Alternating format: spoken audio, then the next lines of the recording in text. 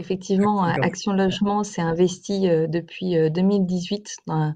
aux côtés de l'État pour déployer le programme Action Cœur de Ville et encourager en effet sur ces 222 villes dites moyennes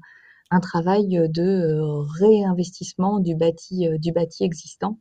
Et au travers d'un financement très incitatif, nous avons vocation à accompagner les opérateurs tant publics que privés qui voudraient nous accompagner la collectivité pour produire une offre nouvelle de logement dans des bâtis qui aujourd'hui sont largement en déshérence puisque ils ont été progressivement abandonnés au profit de périphéries urbaines.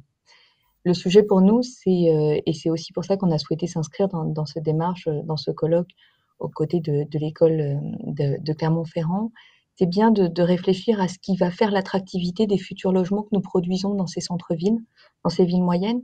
puisque les logements que nous finançons ont vocation à faire venir de nouvelles populations, idéalement des populations de salariés, puisque c'est le cœur de la mission d'Action Logement, c'est d'accompagner le développement économique des entreprises en améliorant les conditions de logement des salariés. Et on a eu très tôt à réfléchir avec l'ensemble de la communauté de la production du logement, les professionnels notamment, les architectes, les notaires, les géomètres. On a très tôt souhaité réfléchir à qu'est-ce qui générerait un surplus qualitatif pour ces logements, qu'est-ce qui finalement fait l'intérêt aujourd'hui au XXIe siècle d'aller réinvestir ces bâtis de centre-ville et quelles sont les attentes des populations lorsqu'elles vont s'installer en centre-ville. Exactement, c'est toute la force du dispositif Action Cœur des Villes, c'est bien de mettre à disposition des 222 territoires et de leurs opérateurs un financement qui se veut extrêmement souple,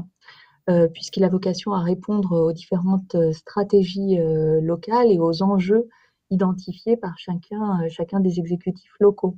On a ainsi la possibilité d'accompagner le développement d'une offre locative sociale en petites unités en centre-ville au travers d'opérations d'acquisition-amélioration. On a également la possibilité d'accompagner de l'accession sociale à la propriété. Et puis la grande nouveauté pour nous, Action Cœur de Ville, et pour Action Logement, c'est la possibilité d'accompagner des investisseurs privés qui souhaiteraient, dans le cadre d'un investissement locatif, participer au renouveau de l'habitat dans leur ville, dans leur centre-ville.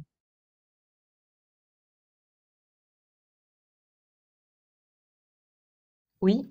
alors effectivement, nous, Action Logement, nous sommes un organisme paritaire dont la vocation première est d'améliorer les conditions de vie, de logement des salariés. Et vraiment, c'est notre objet premier. Et on soutient en effet ces programmes portés par l'État,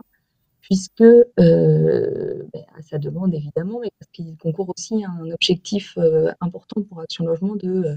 redynamiser les territoires, à accompagner le développement économique des territoires. Ça fait longtemps